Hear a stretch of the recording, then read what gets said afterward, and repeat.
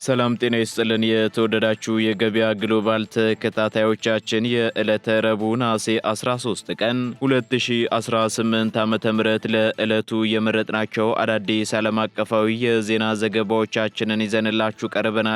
በቅድሚያም አርዕስቶችን በአሜሪካ የሚኖሩ ከ5000 በላይ ኢትዮጵያውያን በአስቸኳይ ሀገሪቷን ለቀው እንዲወጡ ጥብቅ ትዕዛዝ ተላለፈ።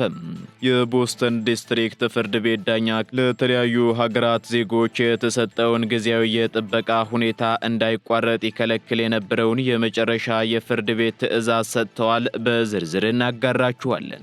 ፕሬዝዳንት ዶናልድ ትራምፕ የሆርሙዝን ወሽመጥ የሚያሳይ ካርታ በማያያዝ አዲሱ የአሜሪካ ግዛት ሲሉ መግለጻቸውንና የውሃ መንገዱንም የአሜሪካ አካል አድርጎ ማወጃቸውን ተከትሎ የኢራኑ ምክትል የውጭ ጉዳይ ሚኒስትር ትራምፕ በወሽመጡ ላይ ያላቸው ቅዠት በቅርቡ ይታረማል ሲሉ ዝተዋል።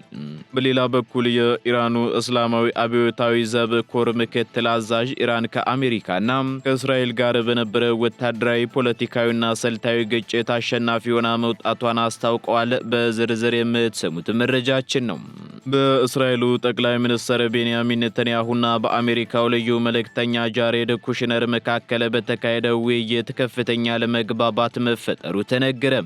በሌላ በኩል ፕሬዝዳንት ዶናልድ ትራምፕ በበርካታ የፌዴራል መንግስት መስሪያ ቤቶች ውስጥ የሚሰሩ የሕግና የስነ ምግባር ተቆጣጣሪዎችን ከኃላፊነታቸው በማንሳት አዲስ ውሳኔ ማስተላለፋቸው ተሰምቷል። በዝርዝር እናጋራችኋለን። የተባበሩት አረብ ኤምሬትስ ከኢራን የተተኮሱ 2 ባሊስቲክ ሚሳኤሎች በፋርስ ባህረ ሰላጤ በሚንቀሳቀሱ የንግድና የባህር መርከቦች ላይ ጥቃት መፈጸማቸውን ገለጸች። የኢራን የውጭ ጉዳይ ሚኒስትር ቃል አቀባይ እስማኤል ባቄ በበኩላቸው ኤሚሬትስ ያቀረበችው ክስ ፍጹም ሐሰት ነው ሲሉ ተናግረዋል። በዝርዝር የምናጋራችሁ መረጃችን ነው። የተወደዳችሁ የገበያ ግሎባል ተከታታዮቻችን እነዚህንና ሌሎች ለዕለቱ የመረጥናቸው ዓለም አቀፍ ዜናዎችን ይዘንላችኋል። አሁን ደግሞ በዝርዝር ወደምንመለከታቸው መረጃዎቻችን እናልፋለን።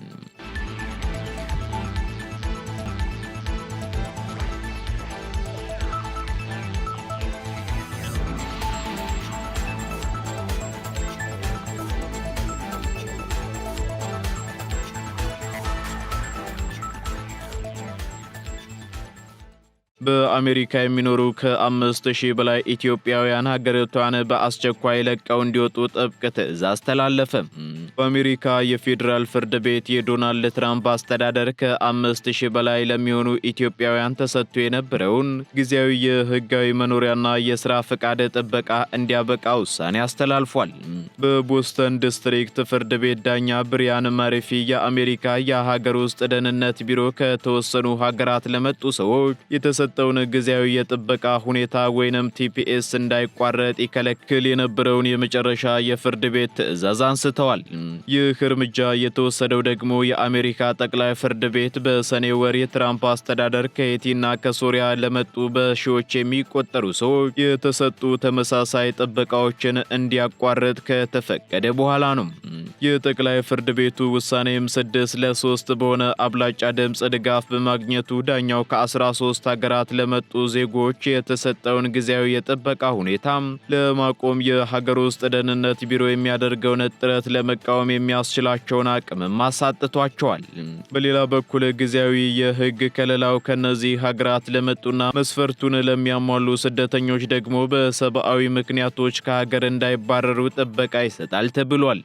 የሀገር ውስጥ የደህንነት ቢሮ ዋና የህግ አማካሪ የሆኑት ጄምስ ፐርሲቪል ውሳኔውን በደስታ መቀበላቸውን በማህበራዊ ሚዲያ ገጻቸው ላይ ባሰፈሩት መልእክት አስታውቀዋል። ቀደም ሲል ተቋርጠው የነበሩት ሁሉም የቲፒኤስ ከለላ ጉዳዮችም አሁን ላይ በይፋ ተፈጻሚ መሆን መጀመራቸውን ተናግረዋል። በዚህም ለኢትዮጵያ ተሰጥቶ የነበረው ጊዜያዊ ከለላ መቋረጥ በበርካታ ኢትዮጵያውያንና ለአፍሪካውያን ስደተኞች መብት የሚታገለው አፍሪካን ኮሚኒቲ ቱጌዘር በተሰኘው የመብት ተሟጋቾች ቡድን ዘንድ ደግሞ ተቃውሞ አስነስቷል።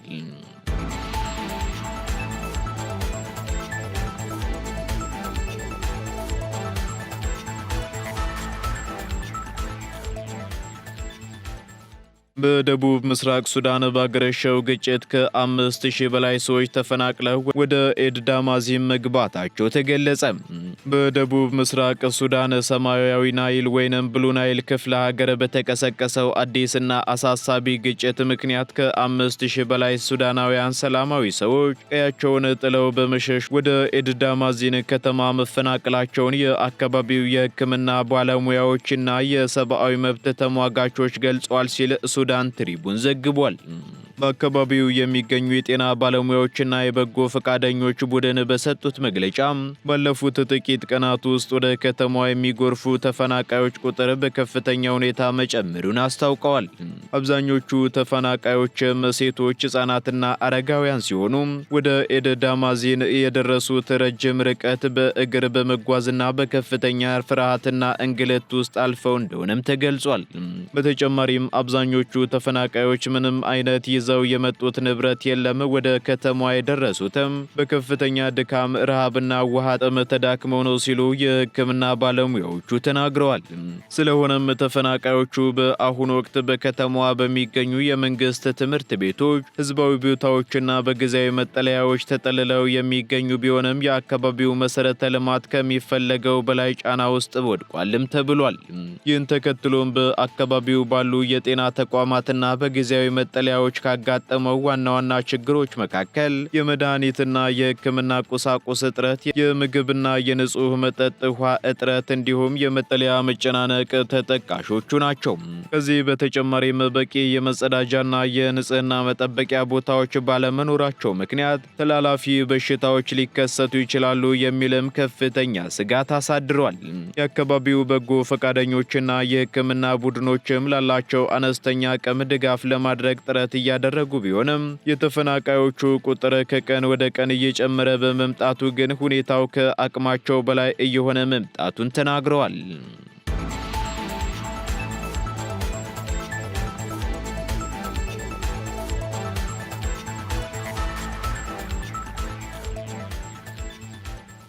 የኢራኑ እስላማዊ አብዮታዊ ዘብ ኮር ምክትል አዛዥ ኢራን ከአሜሪካና ከእስራኤል ጋር ከተደረገው ጦርነት በአሸናፊነት ወጣለች አሉ። የኢራን እስላማዊ አብዮታዊ ዘብ ኮር ምክትል አዛዥ ጀነራል ሙስጠፋ ይዘዲ ኢራን ከአሜሪካና ከእስራኤል ጋር በነበረው ወታደራዊ፣ ፖለቲካዊና ስልታዊ ግጭት አሸናፊ ሆና መውጣቷን በይፋ አስታውቀዋል። ምክትል አዛዡ አክለውም አሜሪካና እስራኤል በኢራን ላይ የጣሉት ከፍተኛ ወታደራዊና ኢኮኖሚያዊ ጫና ሀገሪቱን ለማንበርከክ ያልቻለ ሲሆን በዚህም ኢራን የቀጠናውን ተጽዕኖዋንና የመከላከል አቅሟን ሳታስደፍር ማስቀጠል ችላለችም ብለዋል። በዚህም የኢራን የጦር ኃይሎች ያሳዩት ወታደራዊ ዝግጁነት፣ የድሮንና የሚሳኤል ቴክኖሎጂ እድገት እንዲሁም የተቃዋሚዎችን ወታደራዊ ጥቃት የማክሸፍ ችሎታ ለዚህ ድል ዋነኛ ምክንያቶች መሆናቸው ተገልጿል። አሜሪካና እስራኤል በቀጠናው የነበራቸውን የጂኦፖለቲካዊ የበላይነት ለማረጋገጥ ያደረጉት ጥረት በኢራንና በአጋሮቿም የተቀናጀ ምላሽ ምክንያት መክሸፉንም የባለስልጣኑ መግለጫ ያመለክታል። ኢራን ማንኛውንም አይነት አዲስ ስጋት ወይንም ትንኮሳ ለመመከትም የመከላከያ ሰራዊቷና የአብዮታዊ ዘቡ ኃይሎች በተጠበቀና በከፍተኛ የዝግጁነት ደረጃ ላይ እንደሚገኙም አጽንኦት ሰጥተውበታል። ይህ መግለጫም በመካከለኛው ምስራቅ ያለው ወታደራዊና ዲፕሎማሲያዊ ውጥረት በከፍተኛ ደረጃ በሚገኝበትና የቀጠናው ኃይሎች የኃይል ሚዛን እንደገና እየተቃኘ ባለበት ወቅት የወጣ ነው።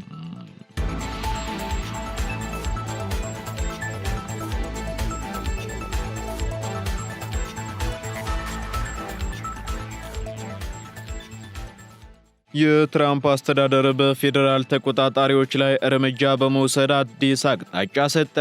ፕሬዝዳንት ዶናልድ ትራምፕ በበርካታ የፌዴራል መንግስት መስሪያ ቤቶች ውስጥ የሚሰሩ ገለልተኛ የሕግና የሥነ ምግባር ተቆጣጣሪዎችን ከኃላፊነታቸው በማንሳት አዲስ ውሳኔ አስተላልፈዋል። ይህ ያልተጠበቀ እርምጃም ደግሞ በዋሽንግተን የፖለቲካ ምህዳር ውስጥ ከፍተኛ ክርክርና ውዝግብን አስከትሏል። እነዚህ ተቆጣጣሪዎችም በመንግስት መስሪያ ቤቶች ድርጅቶች ውስጥ የሚፈጸሙ የፋይናንስ ብክነቶችን፣ ሙስናንና የስልጣን አጠቃቀም ጥሰቶችን በገለልተኛነት የመከታተልና የማጋለጥ ህጋዊ ኃላፊነት የነበራቸው ናቸው ተብሏል። ሆኖም የትራምፕ አስተዳደር በርካታ ተቆጣጣሪዎችን ከስራ ያስወገደ ሲሆን በቦታቸው የሚተኩት አዳዲስ ሹሞች ግን ከተለመደው የቁጥጥር ተግባር ይልቅ የአስተዳደሩን አጀንዳዎችና የፖሊሲ አቅጣጫዎችን ማስፈጸም ላይ ያተኮረ ወይንም ሌላ ተልዕኮ ይዘው እንደሚመጡ ተነግሯል። ይህንን እርምጃ ተከትሎም ከተለያዩ ወገኖች የቀረቡ አስተያየቶችና ስጋቶችን በርካታ ሲሆኑ የቀድሞ ተቆጣጣሪዎችና የፖሊሲ ተንታኞች ውሳኔው የፌዴራል ተቋማትን ነጻነት የሚያጣብብና መስሪያ ቤቶቹንም ለፖለቲካዊ ተጽዕኖ ተጋላጭ የሚያደርግ ነው ሲሉ ተችተዋል። እንዲሁም ተቆጣጣሪዎችን ከኃላፊነት ከማንሳት በፊት ለአሜሪካ ኮንግረስ የ30 ቀናት የቅድመ ማስጠንቀቂያ መስጠት የሚያስፈልግ በመሆኑ አስተዳደሩ የፌዴራል ሕግጋትን ጥሷል የሚል ክሶች እየቀረቡበት ይገኛሉ። የትራምፕ አስተዳደር በበኩሉ ውሳኔው የመንግስት አሰራርን ቀልጣፋ ለማድረግና ከአዲሱ አስተዳደር ራዕይ ጋር አብረው መስራት የማይችሉ አካላትን ለማስነሳት የተደረገ መደበኛ የስራ ሂደት ነው ሲል ምላሹን ሰጥቷል። አዲሶቹ ተሿሚዎች ደግሞ ወደ ስራ ሲገቡ የአሜሪካ የፌዴራል ተቋማት የቁጥጥር አሰራርና የነጻነት ደረጃ ምን መልክ ሊይዝ እንደሚችል በኮንግረስና በሕግ ባለሙያዎች ዘንድ በትኩረት እየተከታተሉት ይገኛሉ ተብሏል።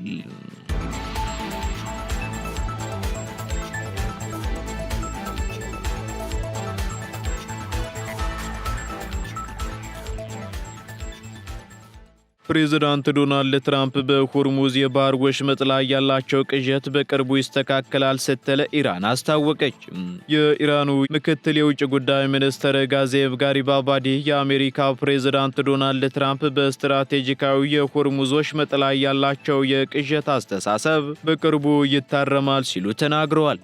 የኢራኑ ከፍተኛ ዲፕሎማት ይህንን የተናገሩት ደግሞ ዶናልድ ትራምፕ በማህበራዊ ሚዲያ ገጻቸው ላይ የሆርሙዝን የባህር ወሰን የሚያሳይ ካርታ በማያያዝ አዲሱ የአሜሪካ ግዛት ሲሉ መግለጻቸውንና የውሃ መንገዱንም የአሜሪካ አካል አድርጎ ማወጅ ጥሩ ሐሳብ እንደሆነ ካመላከቱ በኋላ ነው።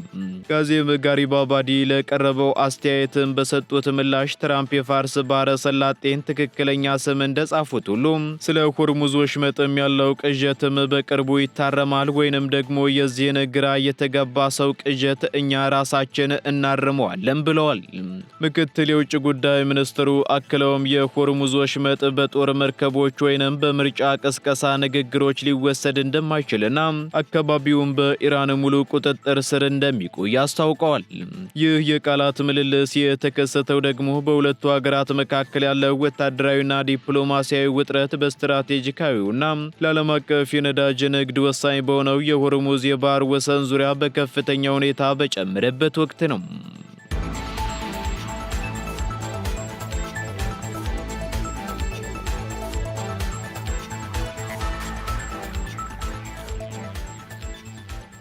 በቤንያሚን ኔታንያሁና በጃሬድ ኩሽነር መካከል በጋዛ ጥቃት ዙሪያ ከፍተኛ ለመግባባት ተፈጠረ።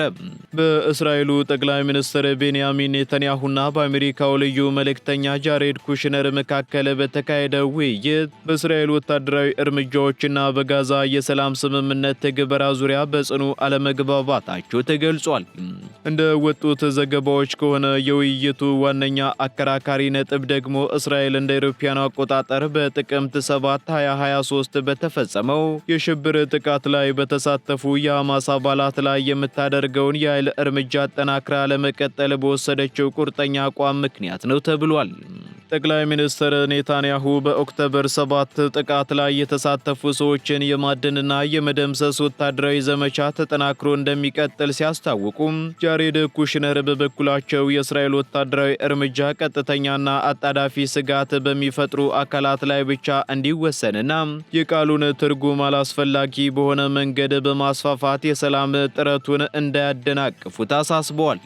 ይህ የእስራኤል አቋም ደግሞ ቀደም ሲል የቀረበውን የሐማስ ትጥቅ የማስፈታትና ወታደራዊ እንቅስቃሴዎችን ሙሉ በሙሉ የማቆም እቅድ እንዲሁም ለቀድሞ አባላት የሚሰጠውን ምህረት ሊቃረን ይችላል የሚል ስጋትንም ፈጥሯል። በተጨማሪም ኩሽነር እስራኤል አዳዲስ የፊልስጤም ፖሊስ አባላት ወደ ግብፅ ሄደው እንዳይሰለጥኑ በመከልከሏም ሐማስ ትጥቁን የሚያስረክብበት ህጋዊ አካል እንዳይኖር ያደርጋል ሲሉ ቅሬታቸውን ገልጸዋል። ይህ በሁለቱ ወገኖች መካከል የተፈጠረው አለመግባባትም እስራኤልና አሜሪካ በጋዛ የወደፊት ዕጣ ፈንታ በተኩስ ማቆም ውልና በወታደራዊ ስትራቴጂዎች ዙሪያ ያላቸውን አለመግባባት ልዩነት በግልጽ ያሳየ መሆኑ ተመላክቷል።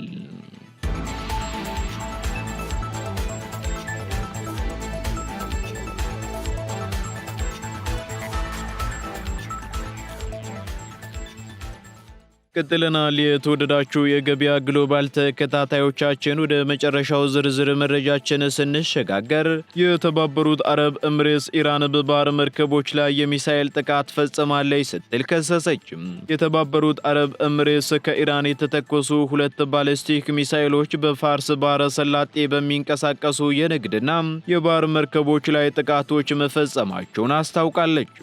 በዚህም የኤምሬትስ የመከላከያ ሚኒስቴር ይፋ ባደረገው መግለጫ የአየር መከላከያ ስራው 2 የተተኮሱ ባሊስቲክ ሚሳኤሎችን እንደተከታተለና ሁለቱም ሚሳኤሎች በባህር ላይ መውደቃቸውን አስታውቋል። በጥቃቱ ምክንያት ግን ምንም አይነት የሰው ሕይወት ወይንም የንብረት ጉዳት አልደረሰም ተብሏል። ከነዚህም መካከል አንደኛው ከሀገሪቱ የባህር ክልል ውጭ ሲወድቅ፣ ሁለተኛው ደግሞ በኤምሬትስ የባህር ግዛት ክልል ውስጥ መውደቁ ተገልጿል። የአደጋ ስጋቱን ተከትሎም በዱባይና በሌሎች የኤምሬትስ ከተሞች የሚኖሩ ነዋሪዎች ሊኖር የሚችል የሚሳኤል ስጋት የሚል የአደጋ ጊዜ ጥንቃቄ መልእክት በሞባይል ስልካቸው እንዲደርሳቸው ተደርጎ እንደነበርም ተገልጿል። ሆኖም ከአጭር ጊዜ በኋላ ሁኔታው የተረጋጋና ደህንነቱ የተጠበቀ መሆኑንም የሀገር ውስጥ ሚኒስትር አረጋግጧል። ክስተቱን ተከትሎ ታዲያ የኤምሬትስ የውጭ ጉዳይ ሚኒስትር ከኢራን ጋር የነበረውን ማንኛውንም የንግድ ልውውጥ፣ የኢኮኖሚና የገንዘብ እንቅስቃሴዎችም ሙሉ በሙሉ በጊዜያዊነት ማገዱን ይፋ አድርጓል።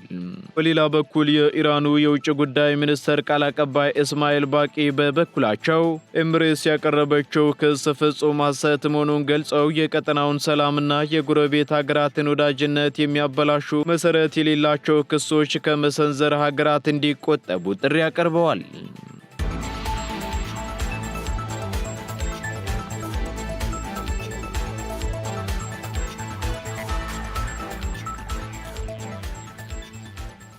የተወደዳችሁ የገበያ ግሎባል ተከታታዮቻችን ለዕለቱ የመረጥናቸው ዓለም አቀፍ የዜና ዘገባዎቻችን እነዚህን ይመስሉ ነበር። እንዲሁም አዳዲስና ተጨማሪ የዓለም አቀፍ ዜናዎችን ለማግኘት ታዲያም የገበያ ግሎባልን እንድትወዳጁ እንጋብዛለን። ሰናይ ጊዜን ተመኘን።